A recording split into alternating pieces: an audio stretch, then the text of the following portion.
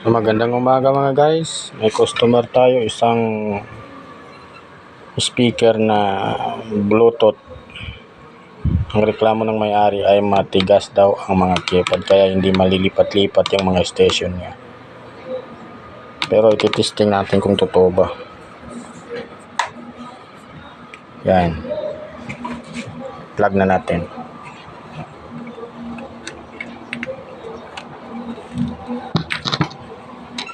Audio input. So, kumpirmado, totoo nga yung sabi ng may-ari. Hindi talaga malilipat mga guys. Yan.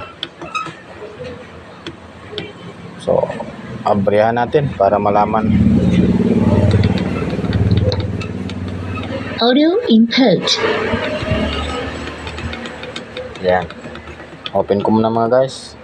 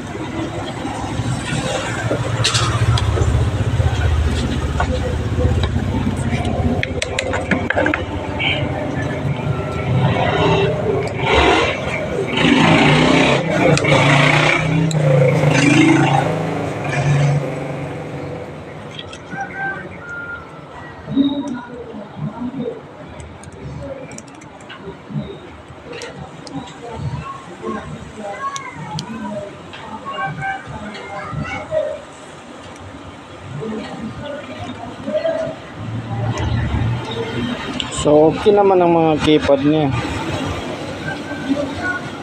So, ibig sabihin, may problema tayo dito sa mga pyesa niya.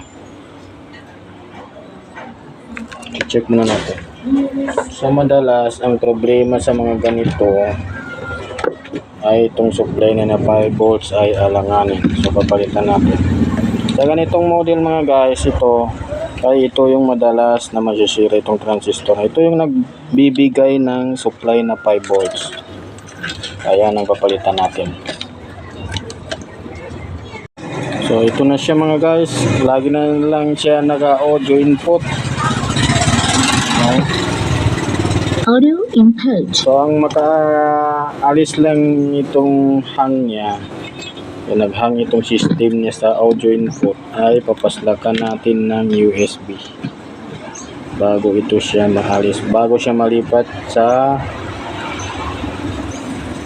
FM. So isisirado ko na lang ito mga guys kasi okay naman ito.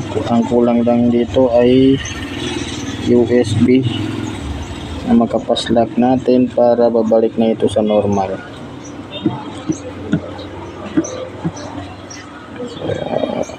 Ito lang mga guys, simple naman itong problema sa speaker, basic lang.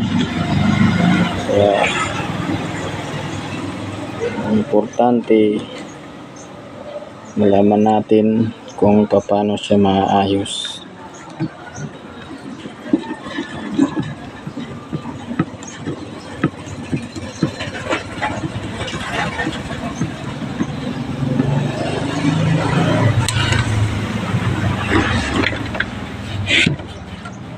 So tutunog na ito mga guys pag may USB tayo at saka may DVD player tayo na ating pa-drive dito.